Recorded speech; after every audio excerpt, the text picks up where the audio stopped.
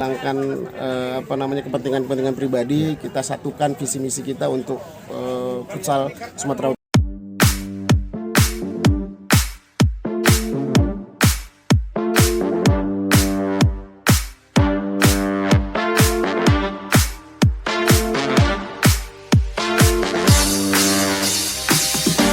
Halo dengan Skambal 2 TV yang hijau kali. Mungkin buat anak-anak futsal udah familiar lah dengan wajah ganteng beliau ini. Asik. Siap. Nama benarnya Andi Kurniawan. Panggilannya Andi Jenggot. Emang gara-gara udah hijrah bang, kayak jenggotnya ada? Enggak, dari dulu memang udah Oh, ya trademarknya gitu ya. Selain memang juga sudah mendekatkan diri juga bang ya? Ya insya Allah. Amin. Ini luar biasa. Coach, ini cerita lah kita coach tentang PON Sumut lah. Ya mungkin di luar ekspektasi harapan kita bisa berbicara banyak kan. Ternyata hanya menang sekali. Selebihnya ya sudahlah gitu kita. Gimana kira-kira coach, apa sebenarnya kendala dengan euforia luar biasa futsal di Sumatera Utara ini dan khususnya Kota Medan yang langsung kita lihat bersama-sama? Gimana coach? Ya kalau dilihat dari pemain ya yang berangkat ke sana kemarin, sempat sebelum keberangkatan ada 2 atau 3 orang yang cedera ya. Setahu saya yang saya melihat. Jadi komposisi pemain PON Sumut berkurang lah untuk kekuatan timnya, terutama yang cedera ini yang memang penting lah ya. Penting untuk dalam tim itu. Salah satunya siapa menurut coach? Arif ya. Ya, Arif orang Belawan tuh nggak salah. Ya itu juga mempengaruhi tim ya. Jadi mungkin pelatih sedikit pusing untuk sedikit rotasi ya. Jadi kualitas permainan jadi mulai berkurang lah. Tapi kan 3 nih, begitu banyaknya beribu yang main futsal gitu. Apa memang kendalanya sulitkah mencari yang terbaik untuk Sumatera Utara ini gimana? Kalau sulit mungkin tidak. Mungkin ini dari pelatih ya. Mungkin itu yang menurut pelatih komposisi lah yang dimaui. Menurut pelatih itu yang layak masuk, dan kemauan pelatih mungkin tipe-tipe pemain yang sekarang terpilih. Ya. Tapi kan ada Sori juga di situ. Apakah memang nggak mengangkat tim kira-kira beliau itu? Atau kan ada juga pemain si Sauki itu gimana kira-kira? Ya sebelumnya Sauki baru bergabung pas saat udah masuk ke PON, dan mungkin beberapa kali dia membela tim pro-nya ya, Bintang Timur mungkin. Jadi untuk dari segi kerjasama tim kurang lah. Chemistry lah belum kena. Chemistry mungkin belum kena, dan satu lagi mungkin pemain-pemain yang lain ya masih berharap dengan Saukinya. Jadi pemain-pemain yang lain itu nggak lepas. Begitu kalau coach melihat sendiri ya. Jadi bola itu semuanya mau ke Sauki aja terus kan. Jadi pemain yang lain nggak menunjukkan kualitasnya. Padahal sebenarnya punya kualitas untuk itu. Ya benar sekali. Gitu. Jadi maksudnya gimana? Apa sebenarnya harus kita benahi? Oke lah, kita nih hancur lebur lah kita bilang. Itu gimana kita coach kira-kira yang harus dilakukan oleh pengurus futsal kita? Ya mulai dari sekarang, kita tuan rumah nih ya. Ya betul lah, itu sebenarnya mau ke situ. Seharusnya mulai dari sekarang sudah membentuk tim untuk PON, karena kita otomatis pasti lolos kan. Iya betul. Kualifikasi lagi. Jadi mulai dari sekarang kalau saya ya pribadi, saya sih pengennya, ekspektasi saya hari sekarang kita buat kelahiran yang memang untuk PON kedepannya. Usia berapa sih? 23 ya masih? 23 ya. 23. Jadi dari sekarang kita ikutkan kompetisi nasional, ada event nasional. Kalau bisa ada satu lah yang menaungi anak-anak ini berlaga di kancah Liga Pro misalnya gitu. Kita beli slot gitu kan, kita bisa ikut. Jadi anak-anak ini biar makin bertambah lah pengalamannya. Gitu. Siap. Jadi kalau menurut kenapa tuh? Aman. Biasa main bola kayak gitu, dongan-dongan. Sambil kayak gini sama mama ya kan. Jadi tapi kan gini, coach sudah lama berkecimpung. Apa sebenarnya yang harus kita benahi dari sisi futsal kita sendiri? Ya sebenarnya paling pertama itu sarana. Iya, karena kita nggak punya lapangan yang standar banyak gitu. Tapi kan kalau orang awam melihat kan futsal tuh cukup ada lapangan semen udah jadi. Apa memang seperti itu? Lebar lapangan kan nggak standar. Oh iya. Jadi kelemahan kita ini kejadian saat saya bawa anak usia 13 bermain di Grand Champion Liga AFI Nasional di Sukabumi. Ya. Jadi saat final dipakai lapangan standar 40 kali 20. Sedangkan kami latihan lapangan 28 kali 14. Ya kan? Jadi inilah tadi tidak membiasakan dengan lapangan besar, kualitas anak-anak juga nggak maksimal kan. Sedangkan pemain di Jawa sana umur 10-13 tahun udah membiasakan diri pakai lapangan standar. Lapangan yang standar bukan lapangan besar, lapangan standar. Iya, standar gitu kan. Siap. Nah, sebelum itu saya sempat bawa Pomnas Sumut di Jogja gitu juga kendala coach. Datang ke lapangan coach, kok lapangannya besar sekali.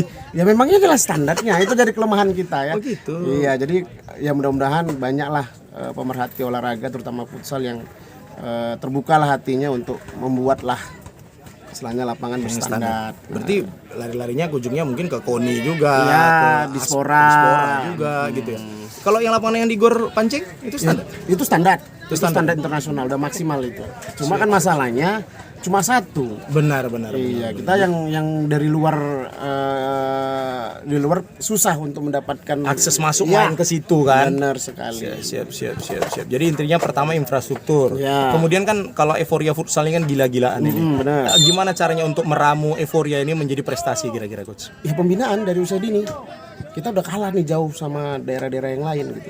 Jadi kalau ini beruntung nih Sumut atau Medan udah terbentuk nih Liga API-nya. Nah, dari Liga API kan usia 16 13. Nah, dari usia 16 nih anak-anak kan mentok. Ya kita berharap pengurus atau induk organisasi yang ada tertinggi di futsal di Sumatera Utara ini membuka hatinya, ada wadah ini dari 16 tuh ada loh kompetisi yang berjenjang gitu kan, supaya anak-anak yang dari usia 16 ini ada, setelah dari usia 16 tahu mereka arahnya mau kemana gitu. Sejauh ini kan kita nggak ada dari usia 16 mentok nggak ada kompetisi. Mau kemana lagi nggak tahu. Iya, sedangkan untuk Liga Nusantara usia 23 kan nggak mungkin usia 17 kalau mau kemana dia 8-7 tahun dia harus menunggu untuk bermain lagi. Iya.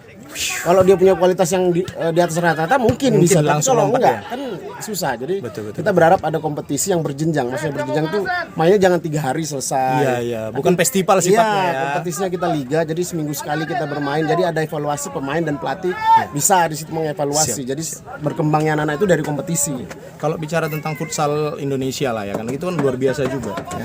Padahal mohon maaf turnamennya mungkin tidak, atau kompetisinya tidak segaum daripada sepak bola besar kan 11 lawan 11, tapi bisa prestasinya dia membanggakan juga kan, bisa dikatakan. ASEAN kita nomor 10 ya, 10 besar Asia bahkan ya kan.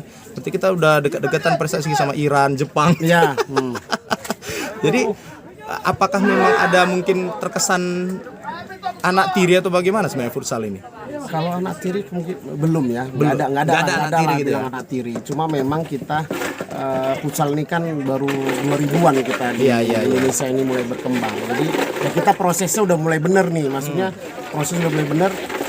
Di daerah-daerah udah ada kompetisi usia muda kan gitu. Sekolah-sekolah juga udah menerapkan yang namanya ekskul futsal. Jadi untuk mencari pemain-pemain futsal sekarang nggak susah seperti dulu. Kalau dulu kan di awal-awal pemain sepak bola yang dijadikan. Udah jelas beda futsal. tekniknya. Ya, makanya sekarang udah real mereka itu pemain futsal kan yang diambil sekarang. Ya, inilah prosesnya. Mungkin saya tak punya impian 3-4 tahun lagi ya mungkin timnas futsal Indonesia bisa ke Piala Dunia. Amin. Tapi kembali lagi jangan lupa juga yang di bawah-bawah ini juga, mulai dari daerah-daerah bisa dikatakan KONI kita, Dispora kita juga yuk membangun infrastruktur seperti kita sampaikan tadi. Benar. Dan galakkan kompetisi-kompetisi juga tentunya antar usia. Kompetisi yang berjenjang. Siap. Kalau kau sendiri sekarang kesibukan melatih apa? Masih melatih di ada kita punya sekolah futsal kan bersama FS namanya bersama Futsal School. Ya terus juga kita ngelatih tim-tim umum sama kita juga di sekolah lah eksklusif. Bahkan bersama FS sudah sebuah kompetisi di Fun Football kemarin luar biasa juga ya, bikin kesulitan pemain tim nasional juga kemarin. Ya alhamdulillahnya kita bangganya itu kita asli pure dari bersama sekolah futsalnya gitu. Jadi anak-anak yang didikan kita dari usia dini 16 kita mainkan di sana dan hasilnya memang kelihatan. Iya. Jadi kalau untuk mau masuk situ gabung situ gimana kira-kira coach? Oh tinggal datang aja ke lapangan jam latihan, nanti bisa dilihat di IG bersama. Apa nama IG? Bersama FS. Ya, nanti bisa lihat di situ jadwal latihannya sudah ada. Umurnya? Kita dari 13 tahun ke bawah itu grassroots sampai youth nanti di usia 16. Siap. Coach, ini kira-kira apa yang disampaikan untuk insan futsal Sumatera Utara?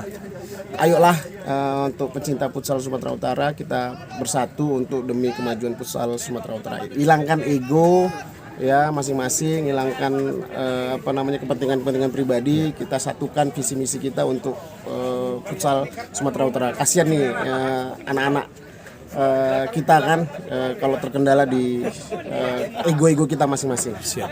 Jadi itu aja mungkin nongan-nongan seorang sarjana olahraga menyampaikan sesuatu ya kan, diplomatis tapi mengena ke hati. Siap. Makasih.